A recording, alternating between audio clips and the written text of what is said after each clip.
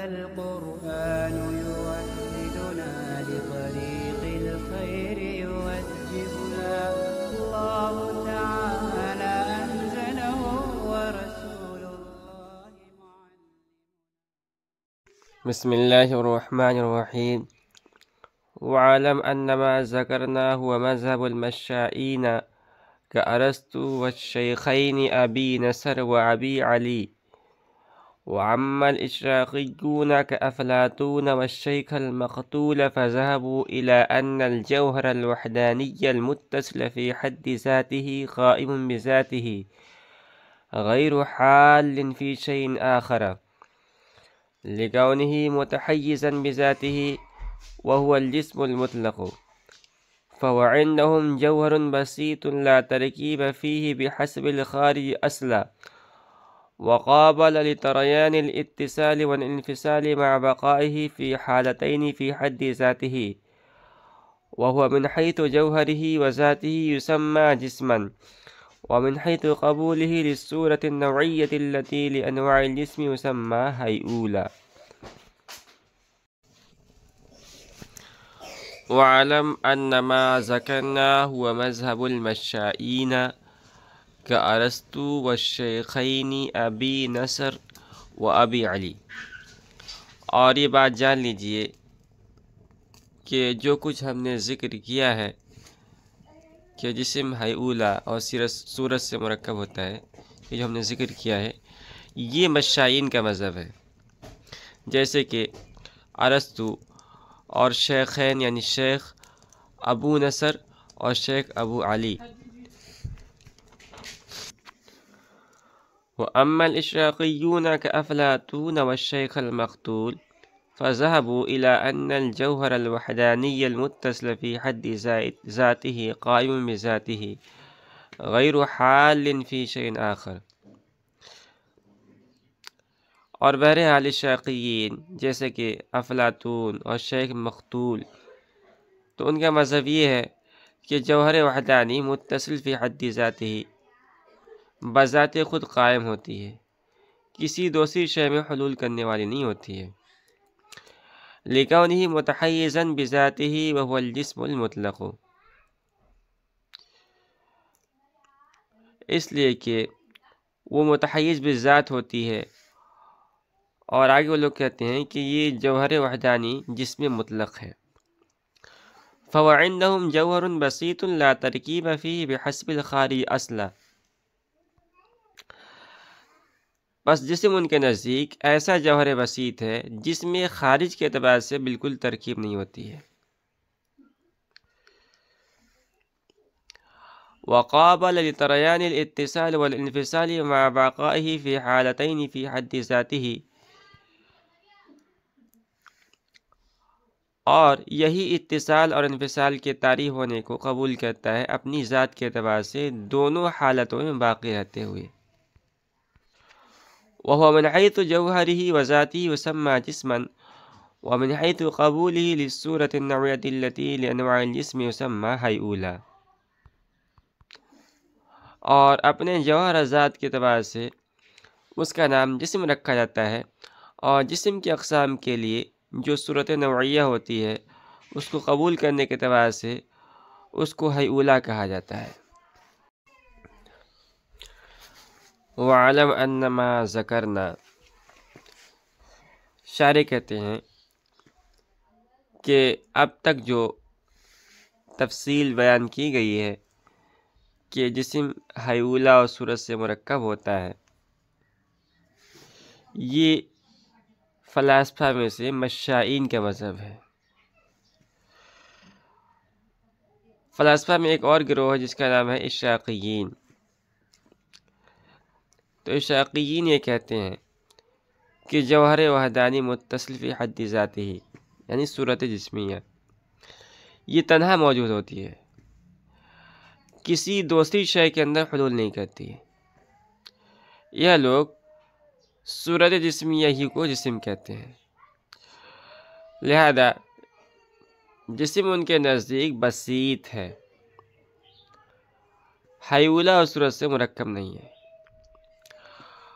اور دلیل اس کی پیش کرتے ہیں کہ صورت جسمیہ جوہر ہوتی ہے، اور جوہر قائم بالذات اور متحیز بالذات ہوتا ہے، اپنے قیام اور تحیز میں دوسرے کے تابع نہیں ہوتا ہے۔ اگر اس کا کسی دوسری شے میں حلول مانا جائے تو اس کا اپنے قیام اور تحیز میں دوسرے کے تابع ہونا لازم آئے گا،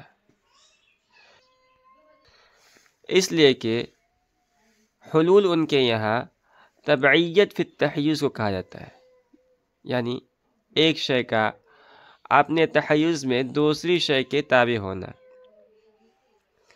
جیسے سفیدی کو لے لیجیے، بیاض، تو بیاض بذات خود متحیز نہیں ہوتا ہے، بلکہ اپنے تحیز میں جسم کے تابع ہوتا ہے، لہذا بیاض کا جسم کے اندر حلول ہوتا ہے۔ تو شاقین کے یہاں عرض کا حلول تو اس کے محل میں ہوتا ہے، جوہر کا حلول کسی شے کے اندر نہیں ہوتا ہے۔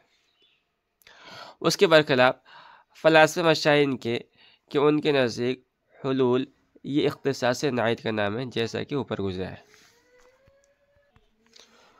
اس تفصیل سے آپ کے سامنے بات بھی ظاہر ہو گئی ہوگی کہ جو منشأ اختلاف ہے اشاعیین اور مشائین کے درمیان وہ حلول کی تعریف ہے۔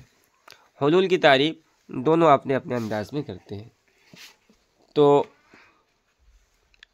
اشاعیین کہتے ہیں کہ حلول یہ تبعیت فی التحیز کا نام ہے، اور مشائین کہتے ہیں کہ حلول یہ اختصاص نعیت کا نام ہے۔ بہرحال اشاعیین یہ کہتے ہیں کہ جسم ایک ایسا جوہر بسیط ہے جو متصل ہے، اس میں خارج کے اعتبار سے کوئی ترکیب نہیں ہوتی ہے، البتہ ذہنی طور پر وہ جسم میں ترکیب کے قائل ہیں، اس لیے وہ جسم کو قابل للانفکاک اور قابل للانفصال مانتے ہیں، اور یوں کہتے ہیں کہ جسم پر جو اتصال اور انفصال طاری ہوتا ہے ان کو قبول کرنے والا یہی جوہر وحدانی متصل ہے، جو اتصال اور انفصال دونوں حالتوں میں فی حد ذاتی باقی رہتا ہے، معدوم نہیں ہوتا ہے۔ اور غالباً یہ لوگ صورت جسمیہ کے لیے اتصال کو لازم نہیں کہتے، ورنہ تو انفصال طاری ہوتے ہی صورت جسمیہ کو معدوم ہو جانا چاہیے اور حیولہ کی ضرورت ہونی چاہیے، بلکہ یہ اتصال اور انفصال کو صورت جسمیہ کے لیے عارض مانتے ہیں، اور کہتے ہیں کہ صورت جسمیہ اپنی ذات کے لحاظ سے نہ تو متصل ہوتی ہے نہ منفصل ہوتی ہے، بلکہ وقتاً فوقتاً دونوں اس کو عارض ہوتے رہتے ہیں، یعنی کبھی اتصال کبھی انفصال۔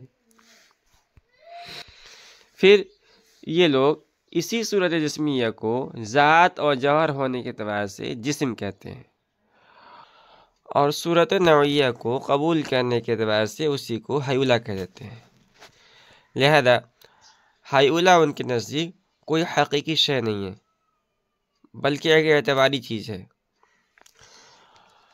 بہرکیف دونوں مذہبوں کا خلاصہ یہ نکلا کہ مشائین جسم کو فی نفس ہی متصل واحد بھی مانتے ہیں اور حیولہ کے وجود کی بھی قائل ہیں، اور اشراقیین جسم کو متصل تو کہتے ہیں مگر حیولہ کے وجود حقیقی کی قائل نہیں ہیں۔ یہ بات یہاں پوری ہوئی۔ یہ بات بھی جان لیجیے آپ کہ یہ جو مذہب ذکر کیے گئے ہیں اس کے علاوہ دو مذہب اور ہیں، ایک متکلمین کا، دوسرا صوفیہ کا۔ متکلمین یہ دونوں باتوں کا انکار کرتے ہیں، نہ تو یہ جسم کو متصل واحد کہتے ہیں اور نہ حیولہ کے وجود کے قائل ہیں، اور صوفیہ حیولہ کے وجود کے قائل تو ہیں، البتہ جسم کے متصل اور غیر متصل ہونے کے متعلق ان سے کوئی صراحت منقول نہیں ہے۔ مشائین کسے کہتے ہیں؟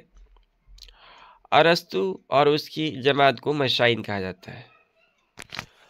اکثر فلاسفہ جو ہے وہ مشائین ہی میں سے ہے۔ مشائین یہ مشا بر وزن فعال کی جمع ہے۔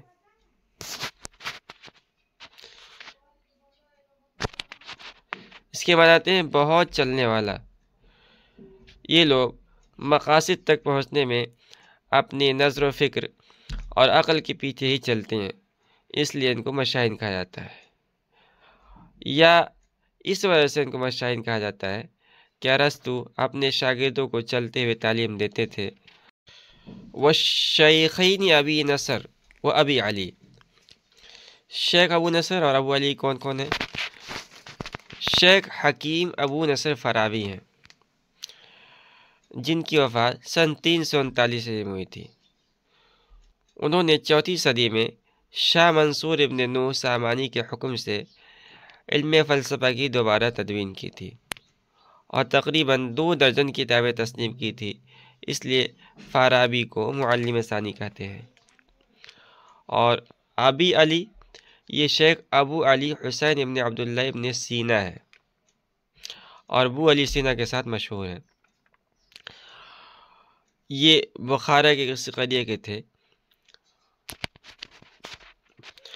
ابتدا میں انہوں نے علم فقہ پڑھنا شروع کیا، اس کے بعد علم منطق کو پڑھا، پھر فلسفہ ریاضیہ کو پڑھا، پھر فلسفہ طبعیہ اور پھر فلسفہ الہیہ کو پڑھا، اور پھر خود ہی مطالعہ کتب کے ذریعے 18 برس کی عمر میں علوم و فنون میں کمال حاصل کر لیا، اور اس کے بعد ہمدان اور اصفہان کے بلاد میں پہنچ کر وہاں کے بادشاہوں کے مقرر بن گئے، یہاں تک کہ ان کو وزارت کے عہدے پر فائز کر دیا گیا۔ اشراقین کن لوگوں کہا جاتا ہے؟ اشراقیین ان لوگوں کہا جاتا ہے جو بغیر اتباع شریعت کے ریاضت کشف کے ذریعے باری تعالیٰ کی معرفت حاصل کرنا چاہتے ہیں۔ یہ لوگ اپنے مقاصد کو محض اپنے اشراق قلب یعنی دل کی روشنی سے ثابت کرتے ہیں، اس لیے ان کو اشراقیین کہا جاتا ہے۔ شیخ مقتول کون ہے؟ شیخ مقتول شیخ شہاب الدین سہروردی ہے۔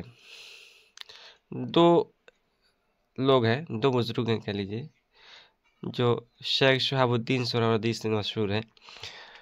ایک تو شیخ شہاب الدین سہروردی ہے جو مشہور سلسلے کے بزرگ ہیں، 4 سلاسل ہیں، نقشبندیہ، سہروردیہ، چشتیہ، قادریہ۔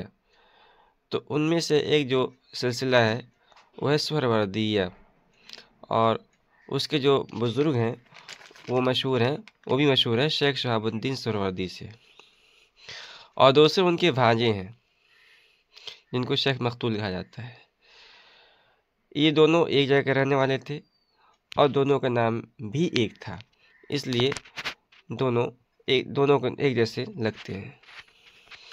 جو شیخ مقتول ہیں یہ علم فلسفہ میں اپنا ایک مستقل طریقہ قائم کیے جو مشائن یعنی ارسطو کے فلسفہ کے بالکل مخالف تھا، اس لیے انہوں نے اپنی کتاب حکمت الاشراق اور مشارع و مطارحات میں فلسفہ ارسطو کی تردید کی۔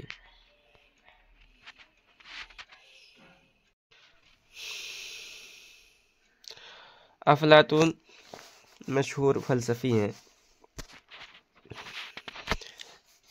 کہا جاتا ہے کہ ان کی پیدائش حضرت عیسیٰ علیہ السلام سے تقریباً 430 سال پہلے ہے، اور 81 سال کی عمر میں 338 قبل از مسیح وفات ہوئی۔